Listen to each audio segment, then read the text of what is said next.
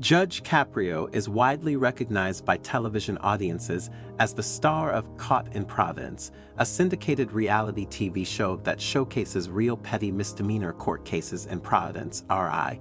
However, long before becoming a television personality, the distinguished 81-year-old had been a fixture in the country's courtrooms.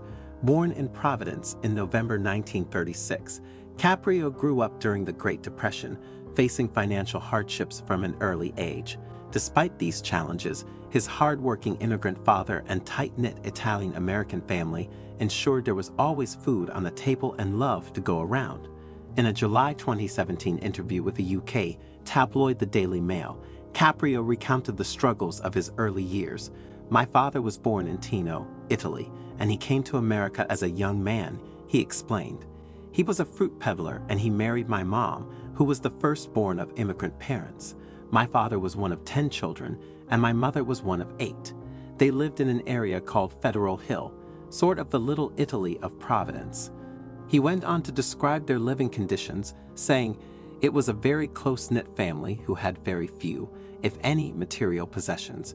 We lived in cold water flats, so called because we didn't have hot, running water.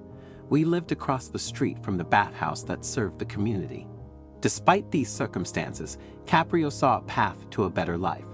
Encouraged by his parents, a young Caprio worked washing dishes and waiting tables to fund his college education.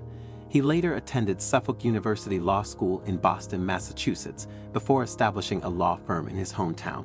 Throughout his successful legal career, Caprio never forgot his humble beginnings and the struggles faced by impoverished people.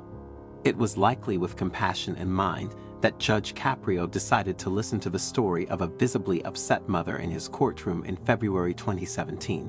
However, the Providence judge could not have foreseen the heartbreak that the distressed defendant, Andrea Rogers, had been concealing. Rogers was in court due to several unpaid parking tickets spanning over a decade.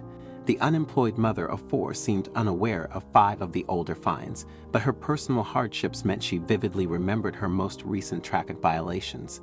In a subsequent episode of Caught in Providence, Rogers recounts to Judge Caprio how a series of misfortunes led to her court appearance. "I went to Social Security because they had cut my check because my son was recently killed last year." Tearing up before the cameras, she explained, "They cut my check because he had owed money. When I came out, I had a ticket." A similar situation unfolded when she tried to appeal an eviction order but was unsuccessful. Continuing her testimony, Rogers explains that she sought professional advice but received another ticket in the process. "I get another one because I try to go to the legal services to try and get help to fix this," she says. "I go to get some change out of Dunkin' Donuts, come out. I got a $100 ticket. It's like I can't win." Judge Caprio then interrupts Rogers, asking her to provide more details about the incident involving Social Security and her son. "My son was killed last year," she explains. "They said that he owed $75 of overpayment from May of 2016. Mind you, he was already deceased at that time, so what they did was, they stopped my whole check until I went in there to fix the problem." As the trial progresses, it appears that the judge is ready to begin his deliberations. However, before he can do so, Rogers interrupts with one final emotional plea. "I've had a tough year already, Your Honor," she tells him. Expecting a penalty, a now distraught Rogers adds, "I'm on SFDI, Social Security Disability Insurance. I don't have money to give you on top of whatever else. I really don't. I just had to come up with money for a new apartment. I'm still paying for my son's funeral. Like, I don't know where this money's supposed to come from." After Rogers' appearance on Caught in Providence, the truly tragic circumstances surrounding the death of her eldest child, Michael, came to light. Allegedly, the 19-year-old was fatally stabbed by his maternal uncle Jared, following a family disagreement in early May 2016.